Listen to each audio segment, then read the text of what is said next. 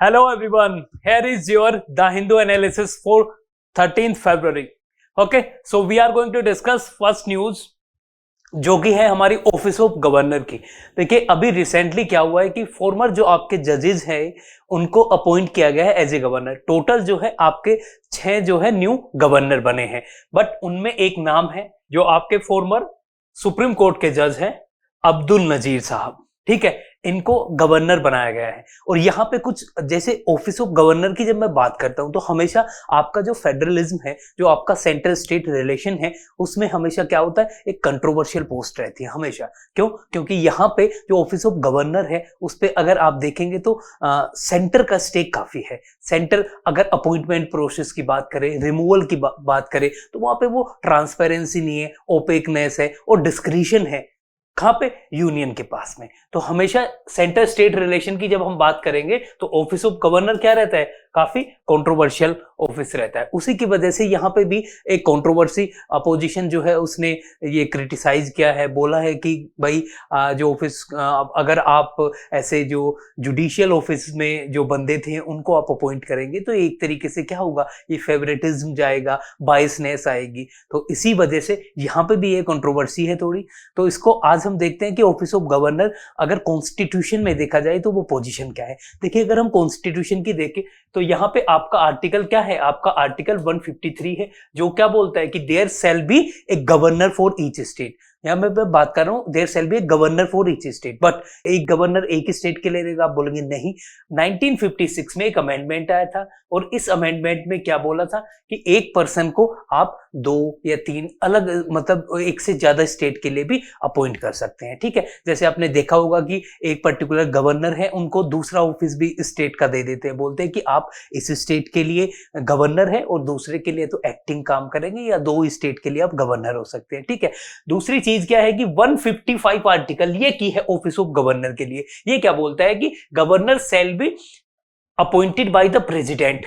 ठीक है, प्रेसिडेंट द्वारा अपॉइंट होगा और इसके लिए कोई कमिटी, कोई अलग से बोर्ड कोई अपॉइंट नहीं किया जाता। यहाँ पे डिस्क्रिशन रहती है किसकी? जब मैं प्रेसिडेंट बोलता हूं तो क्या है, president means council of minister adding and advising the president. देखिए आप जब भी कॉन्स्टिट्यूशन पढ़े, इस टाइप का पॉलिटी का कोई भी टॉपिक हो, हमेशा जहां पे भी मैं एग्जीक्यूटिव की बात करता हूँ, प्रेसिडेंट की बात करता हूं, तो प्रेसिडेंट क्या है? प्रेसिडेंट है आपके नॉमिनल हेड, और वहां पे जितने भी एग्जीक्यूटिव के वर्क होंगे वो सब किसके नाम से होंगे? प्रेसिडेंट के। बट एक्चुअल में कौन कर रहा है? Council of minister, that is adding and advising the president. तो डिस्क्रिशन की अगर प्रेसिडेंट की बात है, वो 2-3 सर्कमस्टांसेज है जहां पे हंग असेंबली आती है, वहां पे प्रेसिडेंट किसी जो लार्जेस्ट पार्टी के लीडर है, जो उनको लगता है उनके ओपिनियन में कि वो फॉर्म कर सकते हैं गवर्नमेंट, उनको वो इनवाइट करते हैं गवर्नमेंट फॉर्मेशन के लिए। 2-3 ऐसे इंस्टेंट है जहां पे आपके इंस्टेंसेज है, जहां पे आपके क्या है, प्रेसिडेंट की डिस्क्रिशन है। अदरवाइज क्या है, ये आपका काउंसिल ऑफ मिनिस्टर है जो रियल में पावर एक्सरसाइज करती है। तो यहाँ पे भी क्या है, आपका जब ऑफिस ऑफ गवर्नर जो है, जब गवर्नर आपके अपॉइंट किए जाते हैं तो डिस्क्रिशन किसकी है? आपकी यूनियन गवर्नमेंट की डिस्क्रिशन है। इसी वजह से कंट्रोवर्सी इमर्ज हुई। उसमें क्या हुआ कि आपका जो गवर्नर का ऑफिस है वो as a agent of centre देखा गया। जो कंट्रोवर्सी, जो क्रिटिसिज्म है, उसका बोला गया कि ये जो आपका ऑफिस ऑफ गवर्नर है, ये गवर्नर एज ए एजेंट काम करते हैं। क्या ऐसा है? सुप्रीम कोर्ट ने बहुत सारे केसेस में बोला है कि नहीं, वो एक इंडिपेंडेंट कॉन्स्टिट्यूशनल पोजीशन है, कॉन्स्टिट्यूशनल ऑफिस है। आप उसको एज ए एजेंट या एम्प्लॉयमेंट अंडर स्टेट नहीं बोल सकते। ठीक है, जैसे आप प्रेसिडेंट को यूनियन लेवल पे है, ऐसे ही आपका गवर्नर क्या है? स्टेट लेवल पे है। ठीक है, तो और जो गवर्नर का अगर आप देखेंगे, जब मैं बात करता हूं कि गवर्नर की और प्रेसिडेंट की पोजीशन की, तो यहाँ पे एक पर्टिकुलर सेक्शन है आपका, आर्टिकल है जो है आपका 200, यहाँ पे एक थोड़ा सा और एक आर्टिकल है 356। इन दोनों के रेस्पेक्ट में कंट्रोवर्सी रहती है। 200 आर्टिकल क्या कहता है? ये कहता है कि अगर गवर्नर को लगता है कोई पर्टिकुलर बिल जो है वो उनके ओपिनियन में कॉन्स्टिट्यूशन के किसी प्रोविजन को वोलेट कर रहा है, कुछ भी ऐसा है, तो वो क्या कर सकते हैं, वो कंसिडरेशन ऑफ प्रेसिडेंट के लिए उसको भेज सकते हैं। ठीक है, और आर्टिकल 356 क्या है? जब स्टेट इमरजेंसी की हम बात करते हैं, प्रेसिडेंट्स रूल, यहाँ पे भी क्या है, गवर्नमेंट की, गवर्नर की जो रिपोर्ट है उसका बहुत बहुत ही इंपॉर्टेंट रोल है कि गवर्नर अगर कोई रिपोर्ट प्रेसिडेंट को सेंड करता है कि यहाँ पे जो आपका स्टेट है वो क्या नहीं कर रहा है, इस जो कॉन्स्टिट्यूशनल प्रोविजन है, कॉन्स्टिट्यूशनलिज्म है, उसके अकॉर्डिंग काम नहीं कर रहा है, तो क्या होता है वहां पे फिर आपका जो पूरा प्रोसेस है प्रेसिडेंट रूल में वो अप्लाई होता है। तो गवर्नर का बहुत इंपॉर्टेंट रोल रहता है। तो उसी वजह से बहुत सारी कंट्रोवर्सी भी रही गवर्नर की पोजीशन को लेके। तो यहाँ पे भी ये है कि जो आपका ऑफिस है उसमें किस टाइप का पर्सन होना चाहिए, वो एपॉलिटिकल होना चाहिए, वो पर्सन नॉन पार्टीजन होना चाहिए, किसी भी पर्टिकुलर जो पार्टी है उससे रिलेशन ना हो, इम्पार्शियल पोस्ट आपको क्रिएट करनी है। क्यों? क्योंकि ये लिंक है, governor is a link between centre and state. अगर आप रिलेशन की बात कर, देखिए इंडिया किस टाइप की कंट्री है, एक फेडरल कंट्री है जहां पे यूनियन और स्टेट के बीच का रिलेशन है वो की है, किस के लिए? Cooperative federalism. इंडिया को क्या बोला गया है? Cooperative federalism. और कोऑपरेशन का मतलब है जब यूनियन और स्टेट मिलकर काम करेंगे तभी क्या होगा, नेशन का डेवलपमेंट होगा, नेशन की ग्रोथ होगी। तो ये जो गवर्नर का ऑफिस है वो उनके बीच का लिंक है, गवर्नर का ऑफिस उनके बीच का लिंक है। अगर ये ऑफिस इंपार्शियल होगा, इंडिपेंडेंट होगा, तो क्या होगा, रिलेशन बेहतर होंगे और दोनों मिलके काम करेंगे, आपका नेशन डेवलप होगा। इसी वजह से बहुत सारे कमीशन आए, जैसे आपका सरकारिया कमीशन है, पंची कमीशन है, इन्होंने सजेस्ट किया कि भाई आप क्या करिए, इस ऑफिस का जो अपॉइंटमेंट प्रोसेस है उसको रिफॉर्म करिए, यहाँ पे एक इंडिपेंडेंट पर्सन लेके आइए और उसको आप पॉलिटिकल इंटरफेरेंस से अलग करिए, ठीक है, उसका फिक्स टेन्योर करिए। देखिए टेन्योर की अगर मैं बात करूं, नॉर्मल टेन्योर 5 है, कोई फिक्स टेन्योर बिल्कुल भी नहीं है। यहाँ पे डिस्क्रिप्शन है प्रेसिडेंट की, जब वो चाहे उसको रिमूव करेगा, वहां पे कोई इंपीचमेंट प्रोसेस नहीं है गवर्नर का, ठीक है। तो ये भी क्या होता है, एक तरीके से जो इंडिपेंडेंट अथॉरिटी है उस पे उसकी तरफ नहीं है, उसके अगेंस्ट है, ठीक है। अगर देखिए प्रेसिडेंट की मैं बात करता हूँ, सुप्रीम कोर्ट के जजेस की बात करता हूँ, कैग की बात करता हूँ, तो यहाँ पे क्या है, एक प्रॉपर प्रोसेस है इंपीचमेंट का, ठीक है। आप पर्टिकुलर क्या करेंगे, ऑफिस में रेजोल्यूशन आएगा, फिर उसके हाउस में रेजोल्यूशन आएगा, फिर वो पास होगा तभी इंपीच हो सकता है, बट ऐसा गवर्नर के केस में, इसलिए हमेशा कंट्रोवर्सी रहती है। आप भी जब आज जाके इस न्यूज को पढ़ेंगे तो उसमें आपको एनालाइज करना है कि ऑफिस ऑफ गवर्नर में इश्यूज क्या है, ठीक है। जैसे कि आप क्या चीज सजेस्ट कर सकते हैं कि जैसा एक चीज है, आप अगर देखा जाए तो स्टेट और सेंटर के रिलेशन को इंप्रूव करना है, तो यहाँ पे आपको कंसल्टेशन ऑफ जो चीफ मिनिस्टर है कंसर्न स्टेट की, उनकी लेनी चाहिए, ठीक है। तो उस टाइप के किसी पर्सन को अपॉइंट करिए जो कि अभी रिसेंट में किसी पॉलिटिकल एक्टिविटी में इन्वॉल्व ना हो। तो ये बहुत सारी चीजें हैं जो आप सजेस्ट कर सकते हैं। तो इस टाइप से आपको इस न्यूज को पढ़ना है। और यूपीएससी काफी क्वेश्चन पूछती है मेंस एग्जामिनेशन में, और स्टेट पीएससी भी गवर्नर के ऑफिस के रिलेटेड, ठीक है। क्वेश्चन सिमिलर रहेगा, आप एक बार अपने पॉइंट ऑफ व्यू बना लीजिए, उसी से आपका पूरा क्वेश्चन हो जाएगा, ठीक है। पूरा क्वेश्चन आप उसी बेसिस पे, आपको कुछ एक्स्ट्रा नहीं पढ़ना पड़ेगा। अब इस पे मैं आपको बता रहा हूँ कि पूरा हफ्ता आपको इस पर्टिकुलर न्यूज से आपको पूरा हफ्ता बहुत सारे आर्टिकल मिलेंगे, आपको क्या करना है, उनको स्किप करना है। आपको एक सिंपल देखना है ऑफिस ऑफ गवर्नर क्या है, कॉन्स्टिट्यूशनल पोजीशन क्या है, सुप्रीम कोर्ट के 2-3 केस देख लेना, फिर उसके बाद में इशू इन्वॉल्व कौन से हैं, फिर आप ये देख लेना है कि सजेस्ट मैं क्या करूंगा, बस इससे अलग कुछ नहीं जाना। अगर आप ज्यादा न्यूज उसके रेस्पेक्ट में पढ़ेंगे, डिफरेंट ओपिनियन होगी, उससे क्या होगा, टाइम का वेस्टेज होगा, ठीक है। तो ऐसा नहीं करना है। नेक्स्ट जो आपकी न्यूज है, महर्षि दयानंद, ठीक है। आपको पता है स्वामी दयानंद जी, उनका कितना इंपॉर्टेंट कंट्रीब्यूशन है, स्पेशली जब हम अपने फ्रीडम स्ट्रगल की बात करते हैं और हम बात करते हैं इंडियन जो कल्चर है, ट्रेडिशन है। देखिए इंडियन फ्रीडम स्ट्रगल में 2 टाइप के मूवमेंट हुए आपके 18-19 सेंचुरी की अगर बात करेंगे आप, स्पेशली आप 19th सेंचुरी की बात करेंगे तो वहां पे क्या है, 2 मूवमेंट थे। पहला मूवमेंट था आपका रिफॉर्मिस्ट और दूसरा था आपका रिवाइवलिस्ट, ठीक है। जब मैं रिफॉर्मिस्ट की बात करता हूं तो आपने देखा होगा कि राजा राम मोहन राय जी, इस टाइप के काफी लीडर थे। उन्होंने क्या किया, जो एग्जिस्टिंग जो वहां पे एविल थी, जो बुराइयां थी आपके समाज में, उनको रिमूव करने का ट्राई किया, उनको हम बोलेंगे रिफॉर्मिस्ट, ठीक है। दूसरा थे रिवाइवलिस्ट। रिवाइवलिस्ट ने क्या किया, जैसे आपके स्वामी जो महर्षि दयानंद जी, इन्होंने क्या किया, जो एंशिएंट इंडिया का, जो प्योर इंडिया का रिलीजन, ट्रेडिशन, कल्चर था, उसको रिवाइव करने का ट्राई किया। और उन्होंने बोला जो अब एग्जिस्टिंग है ये क्या है, ये करप्ट हो चुका है, हमें क्या करना पड़ेगा, हमें गो बैक टू वेदास। उन्होंने एक अपना स्लोगन दिया, go back to Vedas. Go back to Vedas का मतलब जो आपका एंशिएंट विजडम है, जो आपका वेदों में लिखी हुई चीजें हैं, आपको वहां पे जाना पड़ेगा, आपको उस प्योरिटी पे जाना पड़ेगा। और इन्होंने जो एग्जिस्टिंग सिस्टम था उसको क्रिटिसाइज किया, बोला ये करप्ट हो चुका है, ठीक है, आप प्योरिटी पे जाइए। जो हमारा रिलीजन था वो प्योर था, बट अब जो हो चुका है वो करप्ट हो चुका है। तो ये उनका उनका पर्टिकुलर स्लोगन क्या बताता है, बैक टू वेदास। इसका मतलब है कि जो हमारा ट्रेडिशनल चीज थी, ट्रेडिशनल विजडम था, वो बहुत ही प्योर था और हमें उसी की तरफ जाना चाहिए। ठीक है, तो इसको क्या हुआ, ये आपने क्या किया, रिवाइव किया। ठीक है, एंशिएंट की तरफ जाना मतलब रिवाइवलिस्ट। तो एक रिवाइवलिस्ट मूवमेंट था और उनका अगर कंट्रीब्यूशन की बात करें, पहले एक बार न्यूज देख लेते कि न्यूज क्या है। अभी उनकी 200वीं जयंती, ठीक है, 200वीं उनकी जयंती थी महर्षि दयानंद जी की। और उस पे हमारे जो ऑनरेबल प्राइम मिनिस्टर है नरेंद्र मोदी जी, उन्होंने एक स्पीच दी है और उस स्पीच में उन्होंने जो महर्षि दयानंद जी का कंट्रीब्यूशन है उसको बताया है और बताया कि आज भी अगर महर्षि दयानंद जी के जो विचार है, कैसे हमें क्या कर सकते हैं, हमें न्यू तेज है या फिर चेतना है उसका संचार कर सकते हैं। ठीक है, वो कैसे, देखिए मैं अगर आज की भी बात करें, एक कंट्री कब तक ग्रेट नहीं बन सकती, एक कंट्री तब तक ग्रेट नहीं बन सकती तब तक वो अपने कल्चर और ट्रेडिशन में प्राइड फील नहीं करेगी। ठीक है, जैसे आज की हम बात करते हैं, आज हम बात किस चीज की करते हैं, आज हम बात करते हैं आत्मनिर्भर भारत। आत्मनिर्भर कोई आदमी कैसे बनेगा, जब उसे खुद पे विश्वास होगा। Self reliant India can not be possible without self confident India.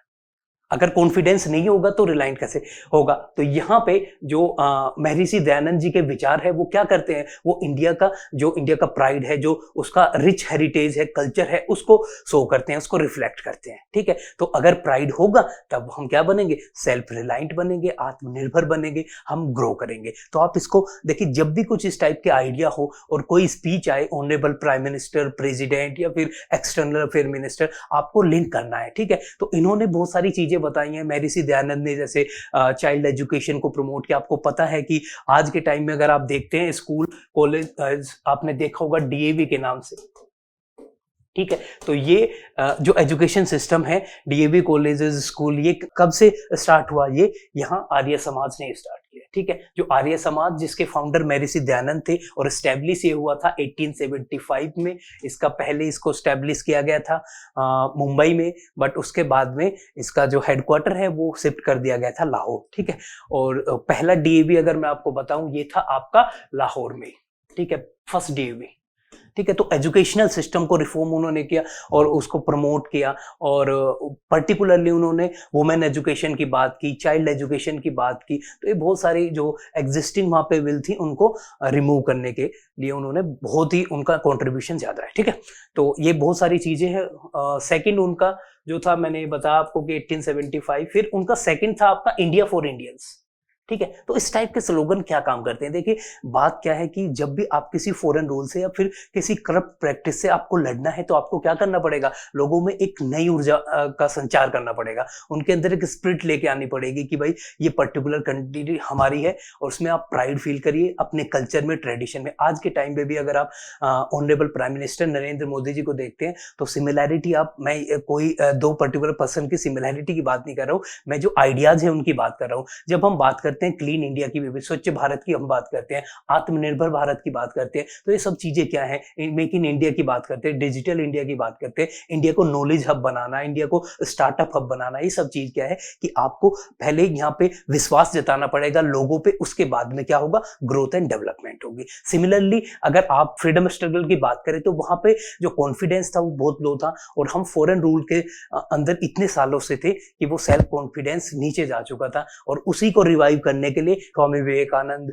और महर्षि दयानंद ने बहुत इंपॉर्टेंट रोल प्ले किया। ठीक है, तो आपको जितने भी रिफॉर्म है, सोशल रिफॉर्म, उसको इस एंगल से देखना पड़ेगा। आज के टाइम में जो उनका कंट्रीब्यूशन है, जो वो रोल प्ले कर सकते हैं, जैसे बहुत सारे क्वेश्चन यूपीएससी या स्टेट पीएससी पूछते हैं, वो पूछते हैं कि कंट्रीब्यूशन जो था पर्टिकुलर पर्सनैलिटी का वो देंगे, चाहे गांधी जी के आइडियाज है, वो कंटेम्पोरेरी जो वर्ल्ड है, जो मॉडर्न वर्ल्ड या आज का जो टाइम है, उसमें क्या रोल प्ले कर सकते हैं। ठीक है, तो यही कंपैरिजन उन्होंने भी किया है, और आपसे यूपीएससी क्वेश्चन पूछ सकती है, बहुत इंपॉर्टेंट है, क्योंकि 200वीं इनकी जयंती थी, तो सिमिलैरिटी, कुछ उनके आइडियाज, वो आज क्या रोल प्ले कर सकते हैं। तो आपको पेपर पेन लेना है, फिर से आपको एनालिसिस करना है, कंसेप्चुअल क्लैरिटी लेके आनी है, और खुद को ग्रिल करना है, उसके बिना कुछ नहीं हो सकता। आप अगर सोचते हैं कि कोई आपके लिए यहाँ पे थाली में परोस देगा, तो बहुत ही गलत आपका कंसेप्शन है, उससे आप कुछ नहीं पाएंगे, क्योंकि आपको सिंपली कोई आएगा, चार चार फैक्ट बता के चला जाएगा, आपकी ग्रिलिंग नहीं होगी, आप कभी भी ना तो मेंस ना इंटरव्यू के स्तर पे पहुंच पाएंगे। आप खुश हो सकते हैं, छोटी छोटी चीजें आप पढ़ के,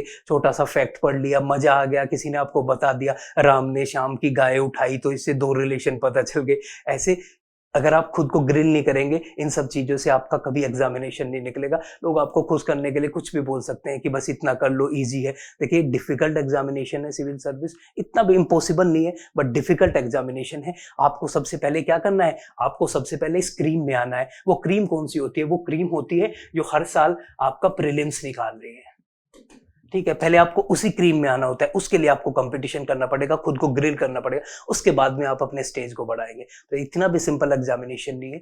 तो अब चाहे मैं स्टेट पीएससी की बात करता हूँ या यूपीएससी की बात करता हूँ, दोनों ही एग्जामिनेशन के लिए आपको क्या करना पड़ेगा, स्टेटस बढ़ाना पड़ेगा, खुद बैठना पड़ेगा, खुद सोचना पड़ेगा, इंटर रिलेट करना पड़ेगा। ना ही आप किसी के भरोसे, ना ही मेरे भरोसे आप बैठ सकते। सोचे यूट्यूब पे जो बता दिया काम हो गया, नहीं। आप बैठेंगे, मैं आपको तरीका बता सकता हूँ, मैं जो न्यूज है उसके बारे में बता सकता हूँ, ठीक है। तो नेक्स्ट अब चलते हैं न्यूज पे। नेक्स्ट इस एडिटोरियल को हम लास्ट में देखेंगे, ये भी इंपॉर्टेंट है, आप इसको पढ़ लेना, इसलिए मैंने यहाँ पे मेंशन किया है। इंडिया यूएस कोऑपरेशन से रिलेटेड ये आर्टिकल है, इसको जब मैं एडिटोरियल एनालिसिस करूंगा तो पूरा बता दूंगा, ठीक है।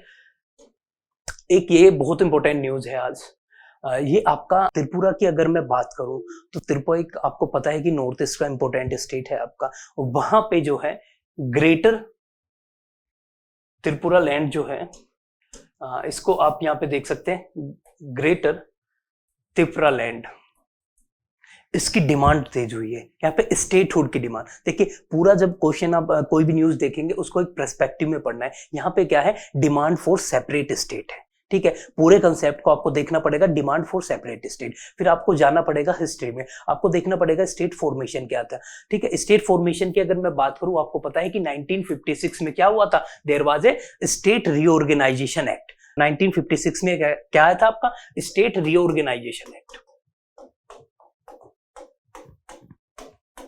ये जो आपका रीऑर्गेनाइजेशन एक्ट था, इसने क्या किया, इसने आपके 14 स्टेट और 6 यूटी यूनियन टेरिटरी दिया। उसके बाद में आपको पता है कि डिफरेंट टाइप पे डिफरेंट स्टेट की डिमांड हुई, और उसमें जो मेजर रोल प्ले किया किसने किया, लैंग्वेज ने प्ले किया, ठीक है। आपने देखा कि पहले अगर इंडिया में कोई आपका स्टेट बना है लिंग्विस्टिक बेसिस पे, वो कौन सा था, आपका आंध्र प्रदेश 1953 में। उसके बाद में आपको पता है कि डिफरेंट, चाहे गुजरात की बात हो, फिर अलग अलग स्टेट आपका नागालैंड और डिफरेंट स्टेट हरियाणा, उसमें लिंग्विस्टिक बेसिस जो था वो क्या था, मोस्ट इंपोर्टेंट था। उसके बाद में अदर पैरामीटर्स, चाहे वो डेवलपमेंट की हम बात करें, रीजन की बात करें, डिफरेंट कल्चर की बात करें, पर लैंग्वेज मेन क्राइटेरिया रहा है।